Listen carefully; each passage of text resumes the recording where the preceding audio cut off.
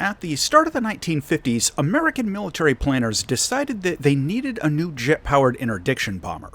Experience early on in the Korean War made this a bit more urgent, as the World War II vintage B-26, currently filling the role, had suffered heavy losses in combat.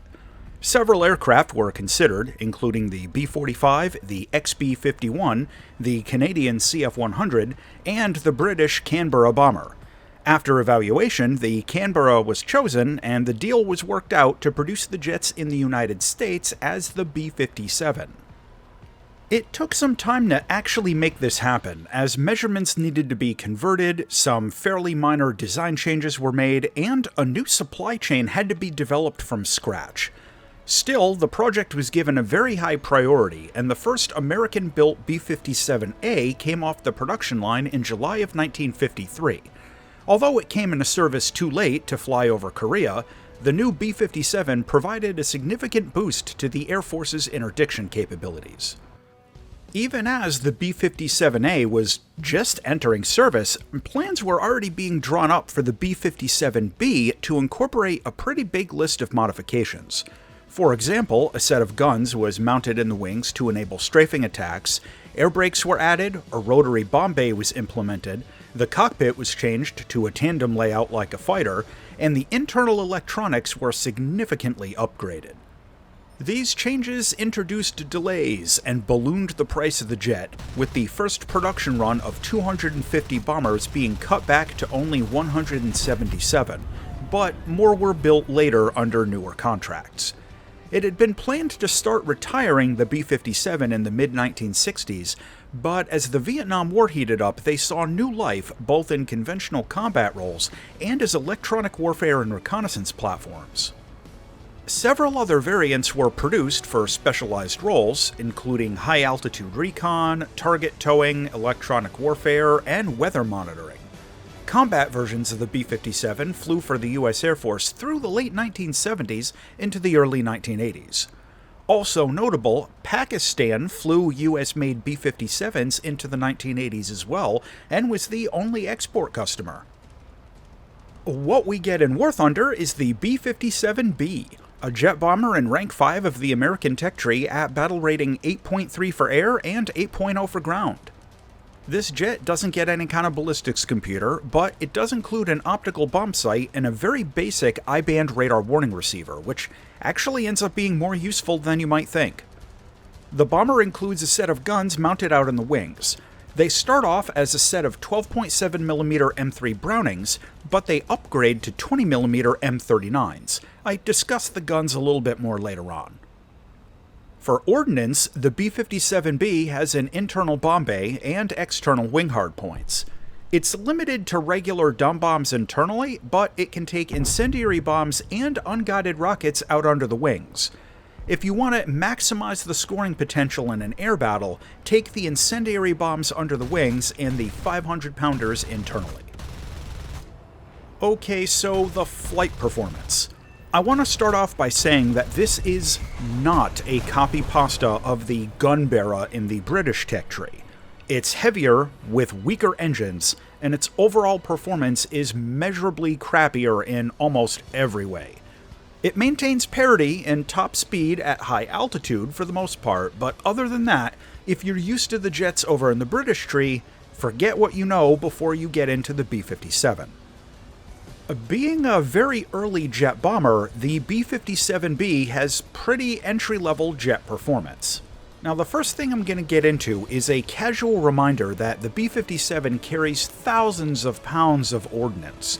How it's going to fly before and after dropping the bombs almost feels like two different aircraft. When it's empty, the performance ends up being much better. Not really good, but still better.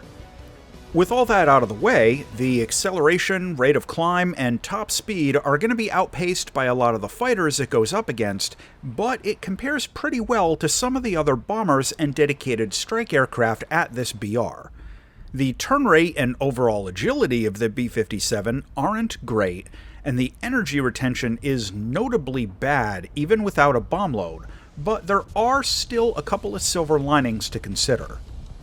The jet gets a very effective air brake and combat flaps that can deploy up to about 500 kilometers an hour.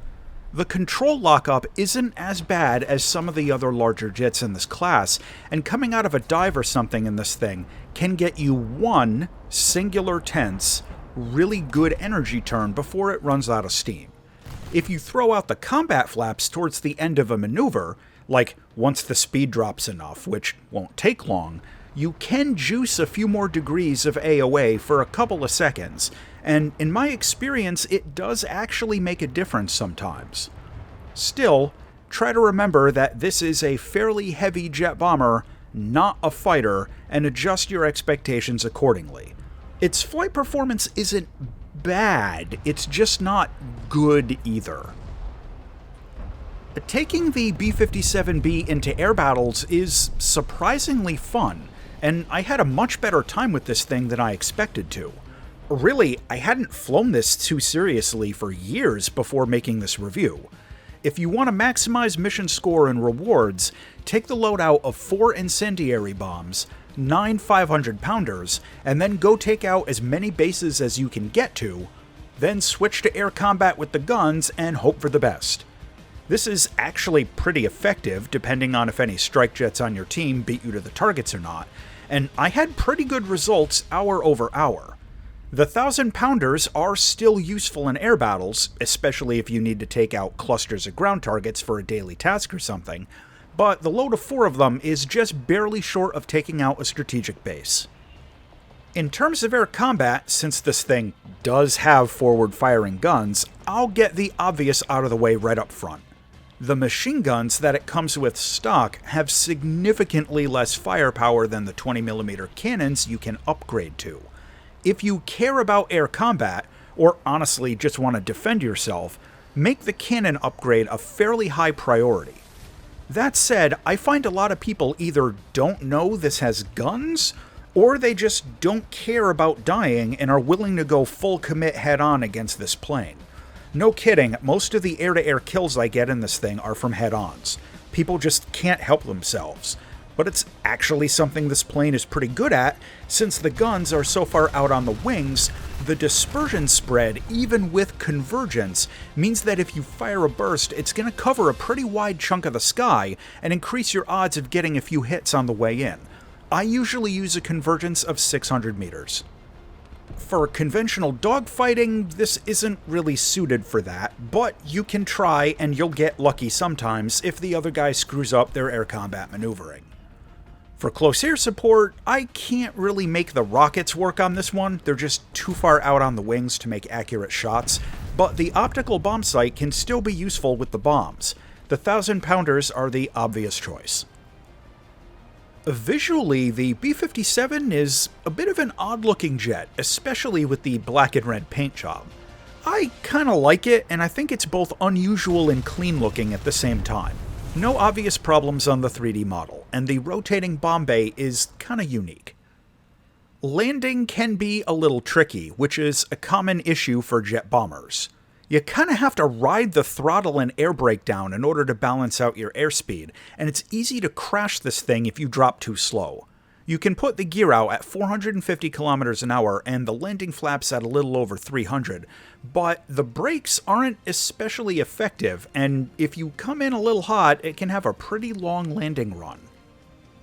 The cockpit of the B-57B is a low-poly placeholder, but it's a really good one. The visibility is excellent, the gun sight is easy to use, and the instruments are clear. It's ugly, but very playable. To close out on the B-57B. This bomber has forward-firing guns, it's got a radar warning receiver, it has a pretty decent bomb load, and it gets an air spawn in RB.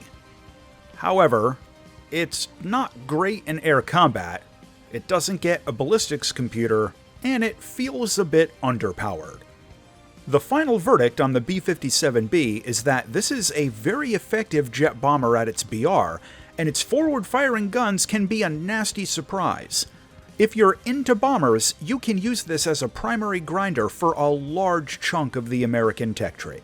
As always, thanks for watching, and if you enjoyed this video, check out this next one.